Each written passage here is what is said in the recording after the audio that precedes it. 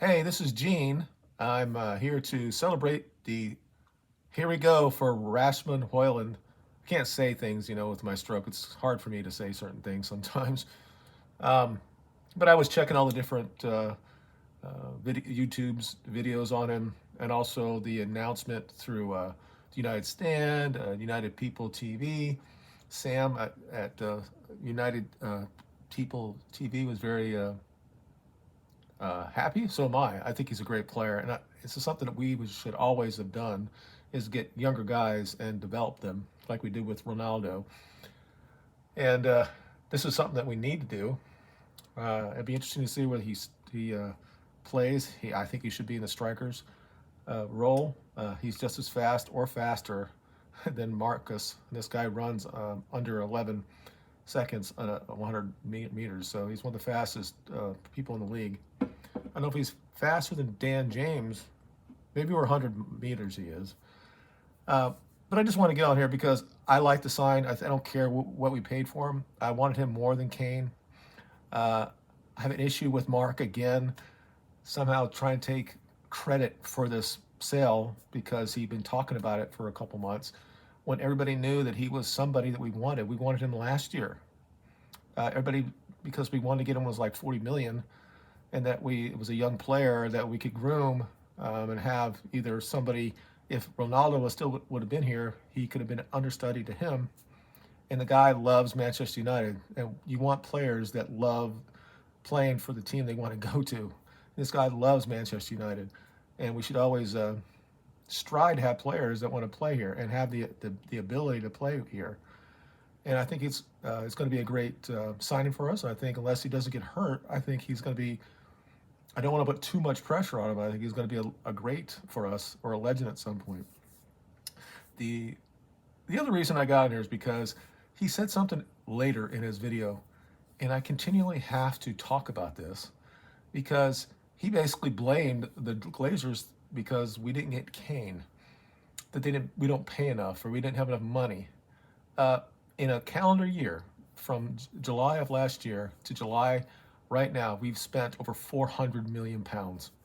That's more than anybody in world football except for Chelsea. So this idea that they don't give the money when they want it to for players is not true. Now, you can have the issues that they have at Carrington, or the facilities, or the stadium. Those are all valid points.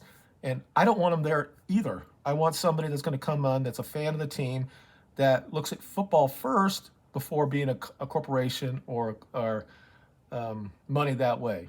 That's people who are fans want that for their owners. But the idea that they have not supported this team financially for transfers is insane. If you take the last year, there's been three transfer windows. We didn't do anything really in January, but we still got another player.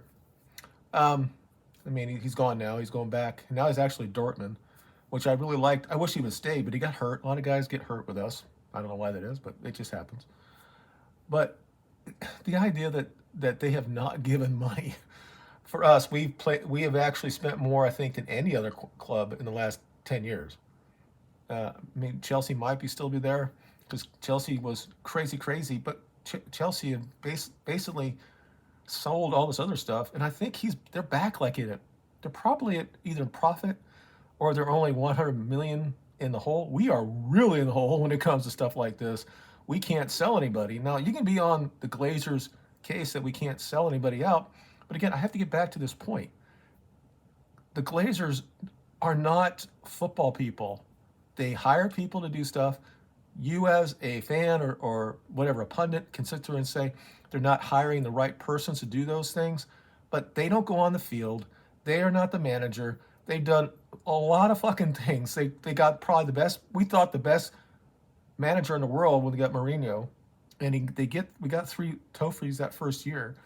And then there were times that he didn't feel that he was taken care of financially. And yeah, they took money out of the club and they put more debt on the club. All that is fair game. But when you say they haven't actually given a lot of money to buy players, is insane. And it really needs to be called out. So I'm just going to end it right here. I'm very, very happy that we got him. I just think, I don't know who the front three is going to be. I'm assuming it's going to be, if everybody's fit and on form, and I don't even know. I guess right now you'd put Marcus on the left. You'd have Hojlund in the number 9% position. And who do you have on the right? Anthony can't really, he's got to learn his game to pass the ball instead of going to the middle and try to hit it into the goal from there. Now, I understand that's how Ten Cod wants their players to be inverted. I get that. But imagine just having Palestri. I'm thinking about old school Manchester United, 1990s and 2000s, that we had these type of players like a Palestri that could have been, clearly could have won, could have played back then. Garnacho. I just think that those are more better than an Anthony, which I like, but I don't. It'll be interesting to see, because he has other parts of his game that he's good at. He tracks back, and I like that him as well. But if we get Mason back as well, that's another thing. He didn't want to talk about it this morning, but he did. He clearly doesn't want Mason back. It's a difficult situation, but she has forgiven him. They're having a baby together. I think you have to, at some point, you have to pull the Band-Aid off.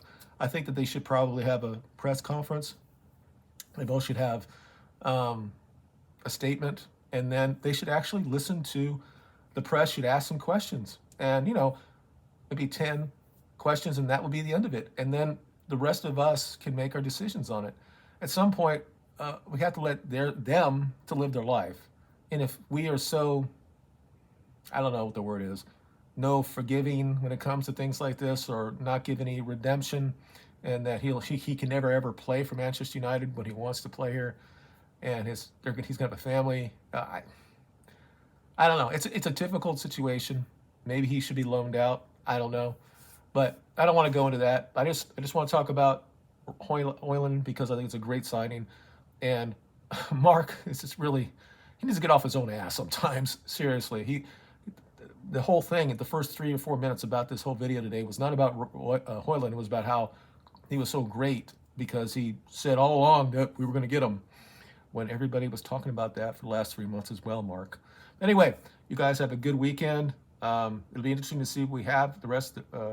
We might get one more guy in, another midfielder, hopefully, Aberback. I think that'll be helpful because Eriksson, I think it's time for him to go. But anyway, you guys have a good weekend, and we'll talk to you later. Bye.